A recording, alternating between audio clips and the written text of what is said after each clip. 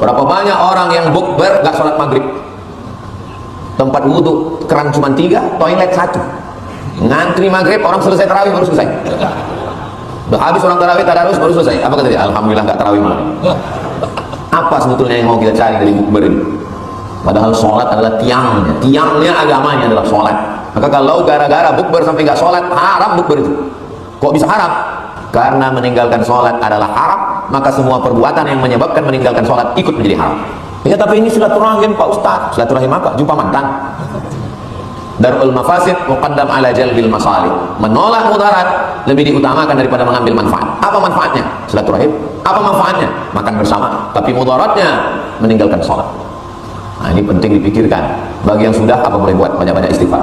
Tapi bagi yang belum, cancel. Tapi kalau tempatnya nyaman, di aula masjid, habis takjil, makan, batalkan puasa, langsung sholat maghrib. Habis maghrib baru makan. Nah, begitu yang kami lakukan Pak Ustaz.